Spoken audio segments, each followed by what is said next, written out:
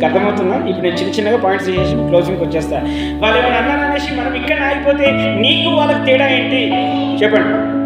అంటే నీకు వాక్యం తెలిసి నువ్వు ఇట్లానే ఉంటున్నావు, వాడు వాక్యం తెలియదు వాడు అట్లనే ఉంటున్నాడు.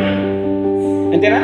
వాక్యం తెలిసిన దాన్ని నువ్వేమో సాత్వికంగా ప్రవర్తించట్లేదు, వాక్యం తెలియని వాడేమో వాడు అలా ఉన్నాడు కాబట్టి మనకి అది కరెక్టే. మరి నీకేం తెలుసు? ఇన్ని రోజులు సంఘంకి వచ్చి వాక్యం నేర్చుకుని వృధానే. సాత్వికులు సాత్వికముతో ఈ పాట ఒకసారి ఈ పాట వినిపిస్తాను మీకు, చాలా బాగుంటుంది. సరే పాట విషయం ఇంకొక మాట, ఈ పాటకు ముందు ఒకసారి సామెతల గ్రంథం 15వ అధ్యాయం, సామెతల గ్రంథం 15వ అధ్యాయం 1వ వచనం. సామెతల గ్రంథం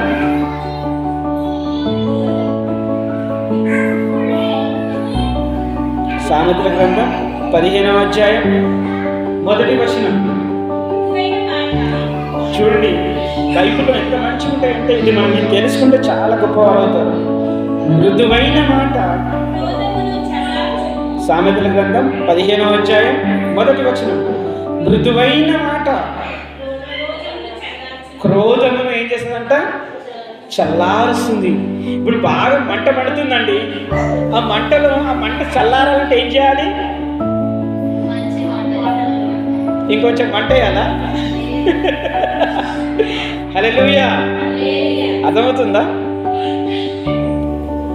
మృదువైన మాట. మన మాటలు ఎలా ఉండాలంటే బైబిల్ నేర్పిస్తుందండి. మీరు సాత్వికులుగా కావాలనుకుంటారు కదా, సాత్వికంగా మీకు కావాలంటే మాట ఎలా అంటే మృదువైనదిగా. మృదువైందంటే ఎలా ఉంటుంది?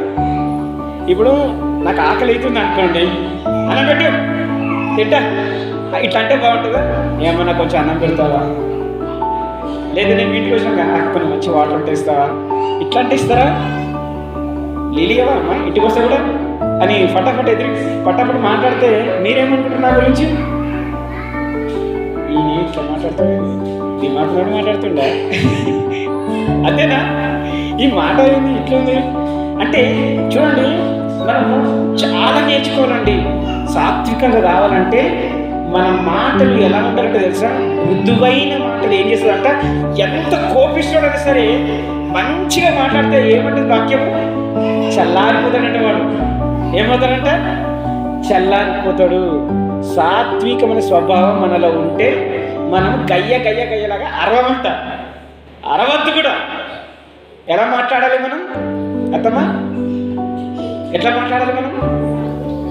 మృదువుగా, ప్రేమతో. ఇప్పుడు పిల్లలు బాగా అల్లరి చేస్తారు, ధనాన్ని కొడితే ఏమైనా లాభం ఉంటుందా అండి? కొట్టేస్తే లాభం ఉంటుందా? చక్క కూర్చోండి నాన్న, అల్లరి చేయొద్దురా, ఇక్కడ మీకేం కావాలి? చాక్లెట్లా సరే నేను ఇప్పిస్తాను, కూర్చోండి ఇక్కడ కూర్చోండి అని ఇట్లా చక్కగా చెప్తే వింటారా? లేకపోతే రే ఉంటా బెదిరిస్తున్న వాడు రేపు మన దగ్గరికే రాడిగా. ఏమంటే ఇది చాలా నేర్చుకోవాలి మనం. ఎంత ప్రేమగా మాట్లాడితే అవతల వల్ల అంత రిసీవ్ చేసుకుంటారు మనల్ని. మనం అందరితో ప్రేమగా, అందుకని దేవుడు మృదువుగా మాట్లాడండి. మృదువు అంటే మంచిగా టేస్టీ అని ఫుడ్ చేస్తే కికి తింటాం. అదే మంచి కూరలా ఇంత ఉప్పు ఎక్కువ వేసారు అనుకోండి, నరసింహ తింటాం కదా అండి. 100 నేనైతే 100 రీజన్స్ రాసి పెడతా దాని గురించి. నీకు చేయడానికి రాదు, ఉండడానికి రాదు, నీలాంటి వాళ్ళు నేను చేసుకుంటే వేస్ట్, ఇది ఎవరు పక్కన తీసి వాళ్ళని వండుతుండే అంటే ఇవన్నీ రీజన్స్ ఉంటాయా? అలానేనండి మృదువైనది ఎంత మంచి ఆహ్వానించి మనం తింటామో ఎంత కోపించకూడదంటే వాక్యం నేర్చుకుంటున్నాం మనం. మీకు చెప్తున్నాం, ప్రేమతో మాట్లాడండి. ఎలా మాట్లాడతారు? నీ భర్తతో ప్రేమగా మాట్లాడకపోతే నువ్వేం భార్య అవుతావు? నువ్వు భార్యగా ఉండి నీ భర్త ప్రేమగా నీతో మాట్లాడకపోతే అతనేం భార్య అవుతాడు? భర్త అవుతాడు. అందుకేనండి